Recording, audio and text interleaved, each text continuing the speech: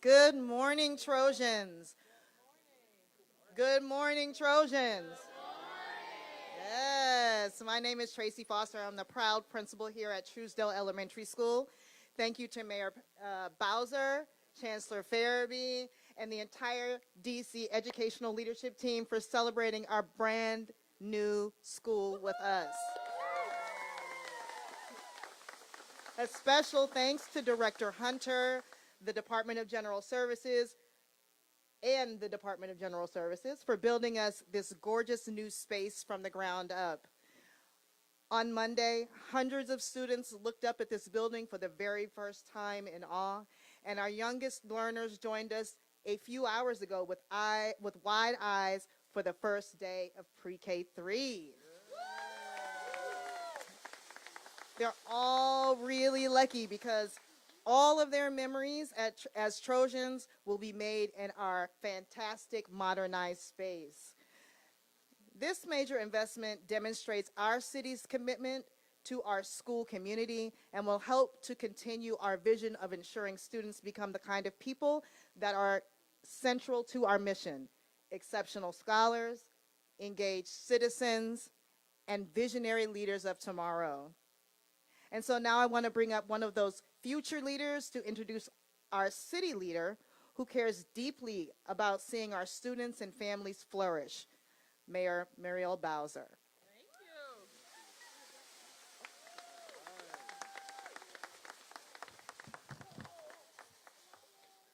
Good morning. My name is Elias Taylor, and I am a fifth grader here at Truesdale. Wow, things have sure changed around here. When I was coming back this year, I couldn't have imagined all this just for me and my friends. Learning at Truesdale is so special because our teachers want us to achieve our goals and reach for the stars. We are so lucky to have adults that care about us so much and making sure we have the tools we need to succeed, including bright, beautiful classrooms and places to play. I want to welcome our city's leading adult, Mayor Muriel Bowser. Thank you. Thank you.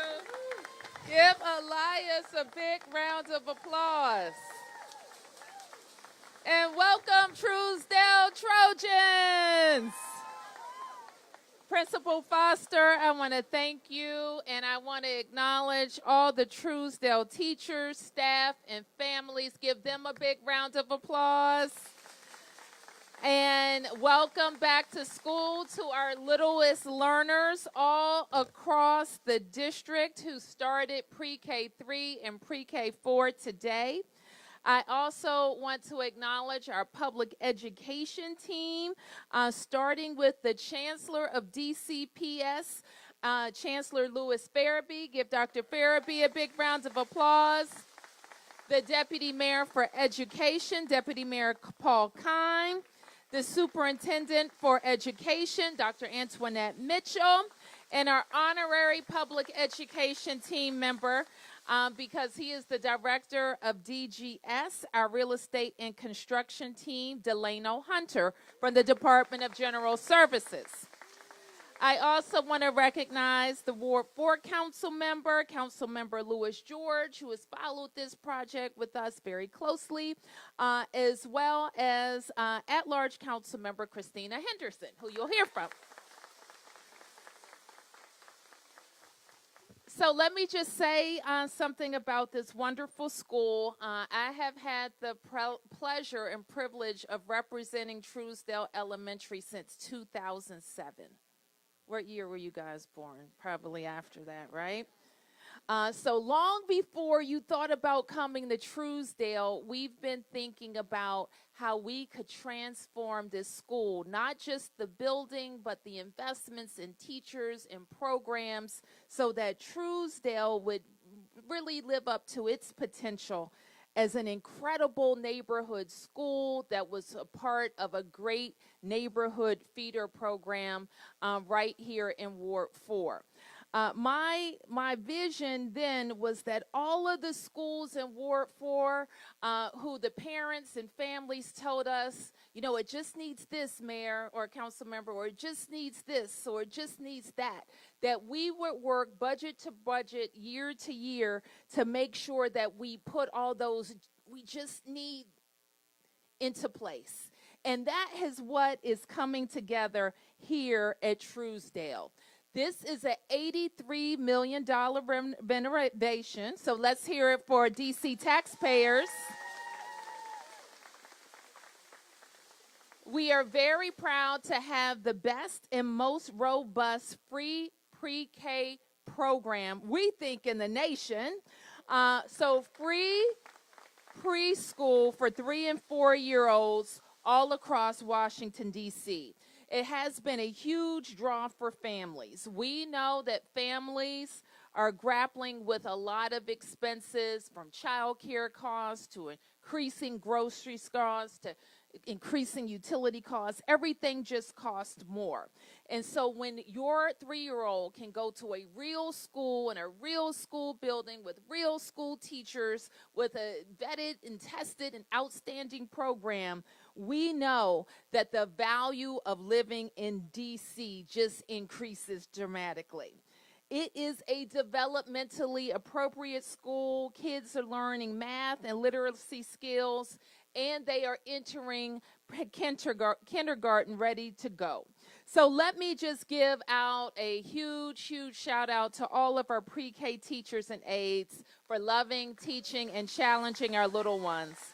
Teaching them how to be in school, how to share, how to make friends, how to learn, and just how to be little great kids.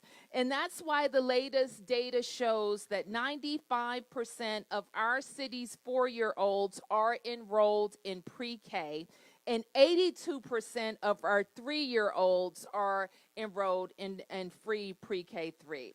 And when they come to school, they will find that they're coming into beautiful, child-friendly facilities like this one. Truesdale is our latest DC public school to add a child development center, which means that some families will join this school community with their infants. And they'll be able to go all the way to the 5th grade. And that sense of community is what so many of our friends and families love. So I just want to say congratulations to all of those who have been involved in bringing Truesdale together for this renovation and making sure that families and kids have been supported during this transition and welcome them to a joyful school year. So now I'm happy to introduce the at-large council member, Christina Henderson. Good morning. Good morning. All right. This is such an exciting, so I'm Christina Henderson. I'm one of the at-large council members, but my connection here is I actually live in Ward 4. I live a couple of blocks from Truesdale. So this has been the school community where my little one learned to ride her bike on the playground here.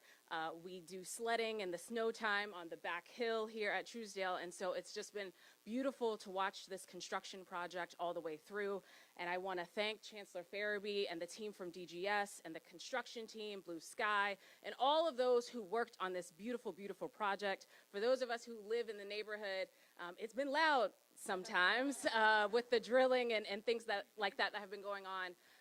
But it has also been joyful in this last week to watch our young people be able to walk into a building for which they deserve, a building that sets them up for success, a building for which they have pride in, and for the neighbors and community in this area, a building for which they know good things are happening in the neighborhood.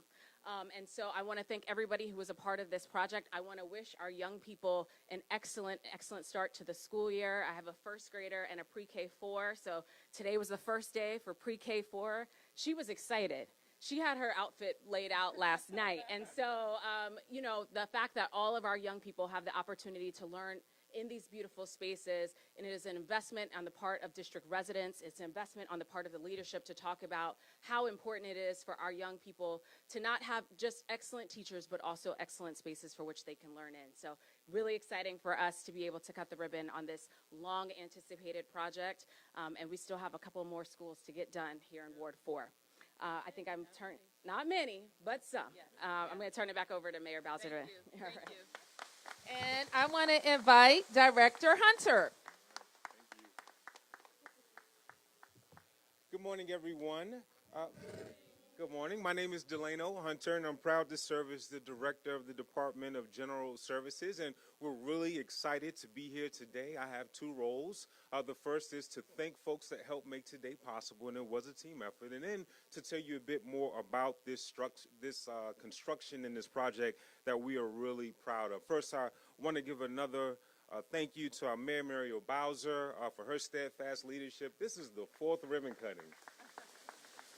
The fourth ribbon cutting or groundbreaking. I feel like an employee of DCPS at this point, and I'm so grateful for their partnership. And it takes vision, it takes leadership, and that's through the mayor. In fact, this budget alone is over $2.6 billion slated through our capital budget to renovate our schools, our recreation centers, our municipal sites to meet the expectations of our taxpayers. In addition to the mayor, I want to thank Councilmember Lewis George for her partnership in her absence, at-large Councilmember Lewis George in her presence. Let's give her a hand. At-large Councilmember Christina Henderson, who also did some QA/QC. She gave me a few calls, so I'm grateful for her eagle eye. The education team, Deputy Mayor Paul Kine, Dr. Antoinette Mitchell, our state superintendent, of course, Dr. Farabee and his amazing team at DCPS. Thank you, Patrick, Lisa, and Oni for your partnership. And also to the community, to the Truesdale principal, Ms. Foster, and also to the local community, the ANC, school board members, and our residents. You know, it isn't easy. I get it. It's not easy when you have construction of this magnitude. It takes a lot of patience. Thank you for that, and thank you for your patience. And now we have a product we can be proud of. I want to thank my colleagues at the Department of General Services. Please raise your hand to be recognized. Our Interim Deputy Director, Osei Headley, DGS Operations Manager, Jenna Bellino, DGS Executive Program Manager, Aaron Foxworthy. Also want to thank our project managers, Alex Casey, and also Revanth Gudakanda, for their hard work, and then the hardworking men and women that helped to design this facility. If you're a part of the VDMO,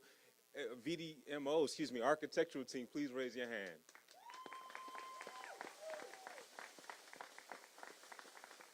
And then last but not least, the hardworking men and women of one of our most successful JVs, and that's between Coakley, Williams, and Blue Sky. Please raise your hand to be recognized. And a special thank you to Mr. Irvin for his hard work. Thank you, Scotty. The centerpiece of this project is a new multi-purpose mass timber field house, the first in the district, the first in our portfolio, which will house the gym and cafeteria space meant to be a super eco-friendly. So we want you to notice the timber ceiling if you haven't already. We have built this facility with sustainability in mind and equitable construction. We will achieve the net zero standard here.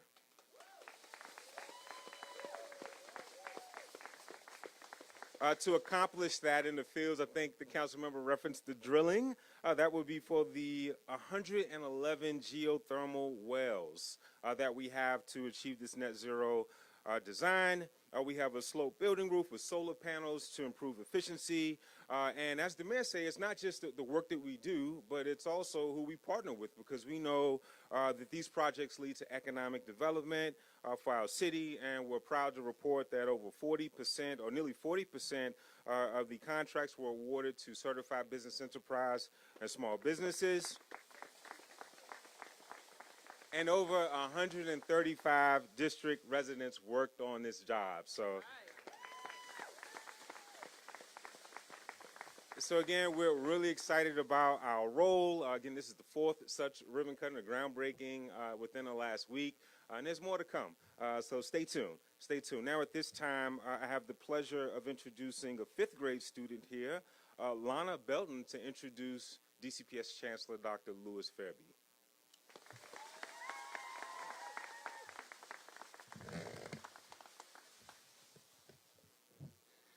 Good morning, everyone. My name is Liana Belton, and I'm a fifth grader here at Truesdale.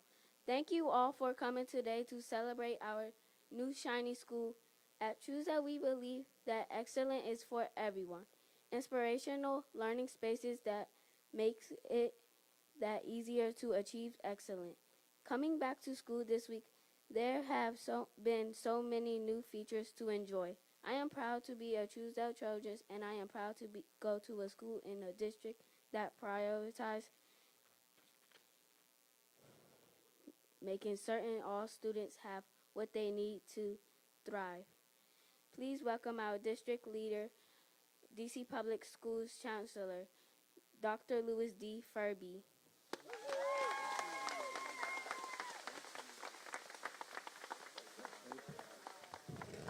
Thank you, Liana, for that wonderful introduction. You're right. Your school looks fantastic. Let's give her another round of applause. Director Hunter, I don't think we spent as much time as we have this week together, but it's well worth a shout out again to Director Hunter and the entire team of Department of General Services for going above and beyond to ensure our school facilities look great across the city. Principal Foster, thank you for your leadership. You've done a phenomenal job here in beautiful Ward 4, and it is the first day of pre-K. We're excited about having our 3-year-olds and 4-year-olds. Again, I'm really thrilled with the service, the opportunities the educators provide here for our young people. Let's clap it again for the Truesdale education team. Mayor Bowser mentioned our pre-K teachers, and I want to reiterate, it is not for the faint of heart. They do great work with our youngest learners, and really pleased to welcome here today. Mayor Bowser, you said it best. DC Public Schools is on the rise. We've made historic gains in academic achievement. We continue to increase our teacher retention rate, our pay for our educators, our enrollment, and thanks to your investment, Mayor, we continue to provide phenomenal experiences for our young people here in the city. So thank you, Mayor, for leading the investments in our city. As the Chancellor of DC Public Schools, I wake up every day dreaming about what's possible for the young people in our city. And I couldn't think of a better day to think about dreams coming to fruition than today. But not only is it the first day of pre-K for our 3-year-olds and 4-year-olds, it also is a historic day for our nation in Truesdale. It is the anniversary of Dr. Martin Luther King Jr.'s I Have a Dream speech. That's right, today. And today we continue, yes, we continue to live out that vision here at the home of the Trojans and across the city in DCPS. Whether it's learning in the brand new classrooms that we have here today, or making lifelong memories on the new turf field that we have here on campus, or enjoying the book in the courtyard here, our scholars continue to thrive and learn and achieve their dreams. Before we cut the ribbon, I do have one last message to our pre-K families. It is an honor to serve our young people, but we want you to know that our 3-year-old and 4-year-olds are getting a rigorous experience. Not only is no cost to families, but we ensure that students develop the social and the academic skills to succeed in kindergarten.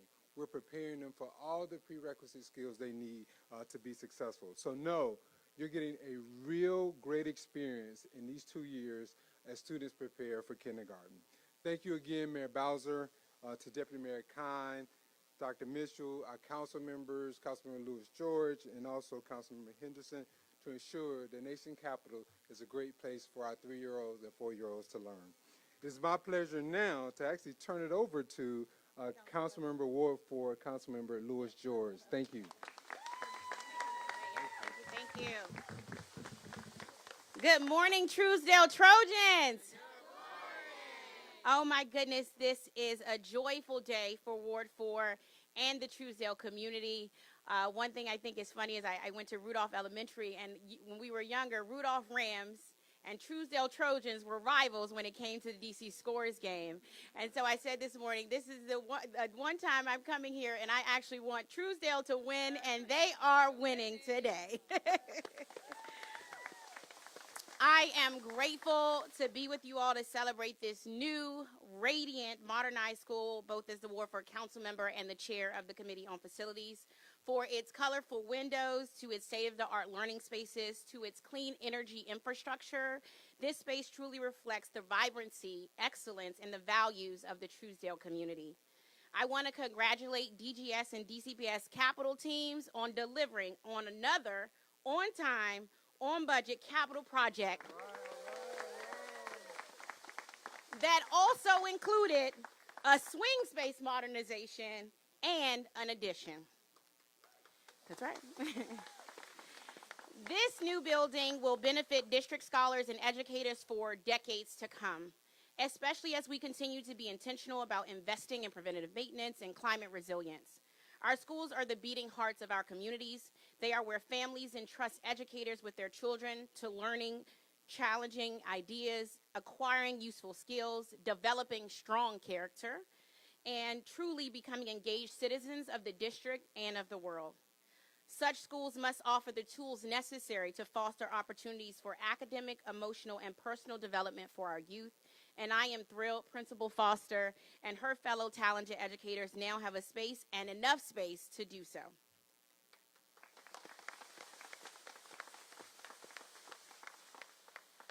While such darkness and uncertainty engulfs our city, we must always continue to look for pockets of light. Truesdale scholars and educators are embarking on this school year, and this incredible building that sets them up for success has been a tremendously bright light this week. It is important to note that this project was not just the work of district government. This building is here because of the input and the hard work of so many people from the Truesdale community, some of whom are here and some who are not, as this moment has been many years in the making.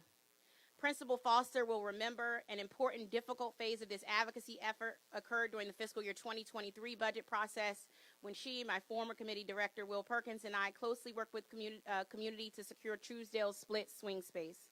Young scholars made posters, and parents made calls and sent emails to rally to the cause, and who also deserves our gratitude. And Roosevelt High School and Roosevelt State also stepped up to support one of their feeder schools. It was truly a community effort. And as a result of this tireless engagement by a unified community, the necessary funding was added, and they had a beautiful swing space close enough to home for students to be educated. At the risk of leaving someone out, I want to thank several individuals who dedicated advocacy will have a lasting impact on the Truesdale community. I want to start with our Truesdale PTO, which is one of the strongest PTOs and dynamic PTOs in this city. Thank you. Fabina Pereira, thank you. Fariha Ahmed, thank you. Charles Robinson, Harry McAfee, Martha Hoffman, Chris Bonner, Chris Taylor, Janae Gaynor, former commissioners Jamie Barden, former commissioner Zach Israel, as well as our current commissioner Brindy Blewett, as well as Kathy Riley and Dr. Fraser O'Leary. To close, I sincerely want to thank this community and the countless parents, neighbors, and advocates who fought for this new building and beautiful school.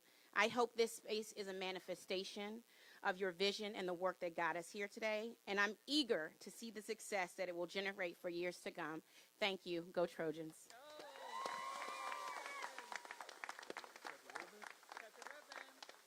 All right, who's ready to cut the ribbon? All right, let's do it. Let's do it.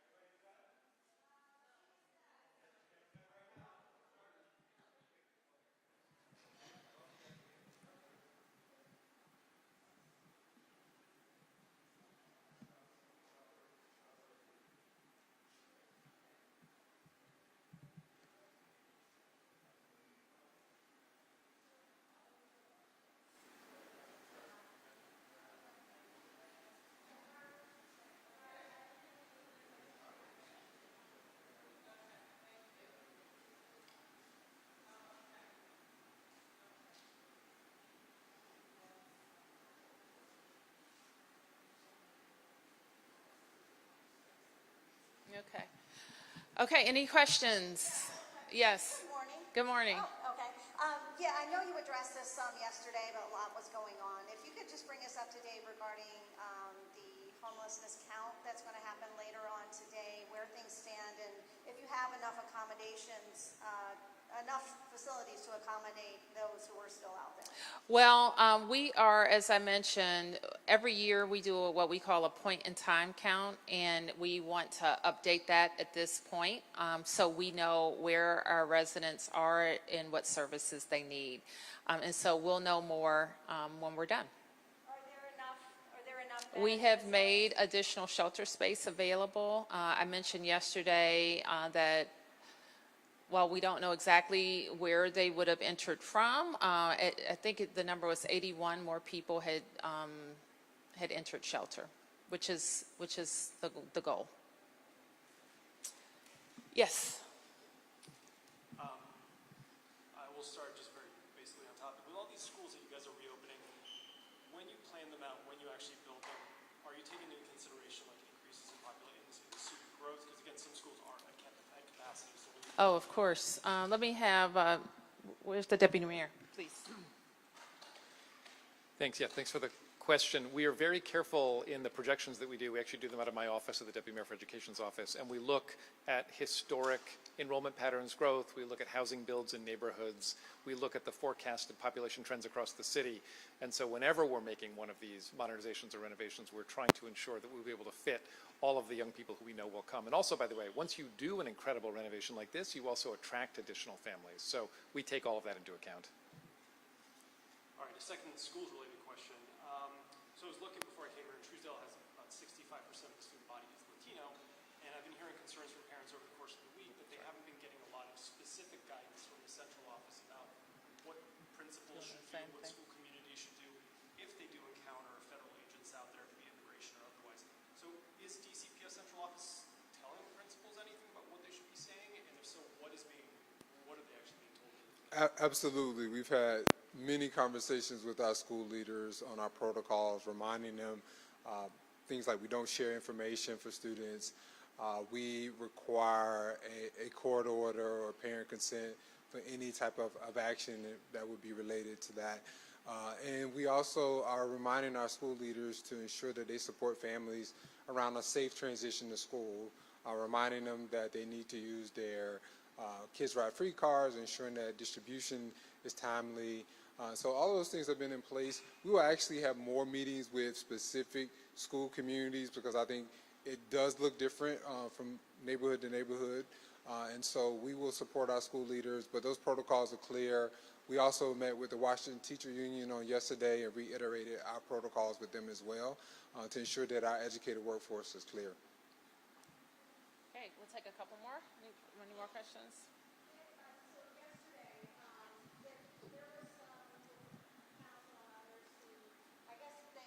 Hoping that you would have come out a little stronger against some of the things that have been going on in the last couple of weeks in terms of the federal surge, National Guard. How do you address that they wanted to see you come out like more? Who is they? Well, there were some council members who made some statements. There were some people from the community who maybe wanted to see a little Let me just be clear, Darcy, and I spoke for a long time, and I'm starting to think some of what I said was lost in my remarks. Our North Star is protecting home rule and the district's autonomy in all things, especially during this last 8 months, where it has been clear that our autonomy has kind of been in the crosshairs. That's our North Star. Since the beginning of this federal surge of officers, it has always been my focus on, we didn't ask for any federal officers, we're driving crime down, but while they're here, how can we most strategically use them to accelerate the work that MPD has done? So that's our point. The next point is, how do we exit from this emergency that the president declared? We know what the law says. He can declare it for just about anything. It runs 30 days unless the Congress stops it. And so we communicated yesterday was the structure that I am putting in place, an emergency operations center that has 4 work streams that prepares the district to either request more or different federal law enforcement or receive the services of federal law enforcement in a way that enhances what MPD is already doing under the control of the chief. So that's what we talked about. I thought I made it very clear. What has not worked during this period of time is ICE terrorizing communities, especially with masks, and especially not having enough information about where people are. I've said that repeatedly. I'll say it again. What hasn't worked, in my opinion, and hasn't been efficient and is not on mission is National Guard troops, especially from other states. And so all of those things are part of our post-emergency planning and the framework that we will put in place to lead that. So there can be no confusion about whether an emergency is needed. Yep. You laid out what this looks like afterwards. How do you formalize, what works and doesn't work as you're moving forward with this work with the federal government? Carefully. But is it an executive order? Well, I already mentioned to you that I'll be issuing a mayor's order that outlines, and we're getting, and we had a pretty good draft yesterday, but we learned some things even between yesterday and today that we'll include in the mayor's order. And I do mayor's orders all the time that outline how district government will operate on any given matter. Can you just specify some of the agencies that you do want to be working with? Oh, thank you for, and I keep forgetting to say that, because we work with the FBI all the time, the DEA, the ATF, National Park Police, and United States Capitol Police all the time. And those are law enforcement agencies. Now, typically, they work with us on higher level crimes. And one was just announced the other day at the U.S. Attorney's Office, where people involved in either high level drug and gun or even human trafficking operations. But they also have officers who have experience on the street. Any other questions? Okay, thank you, everybody.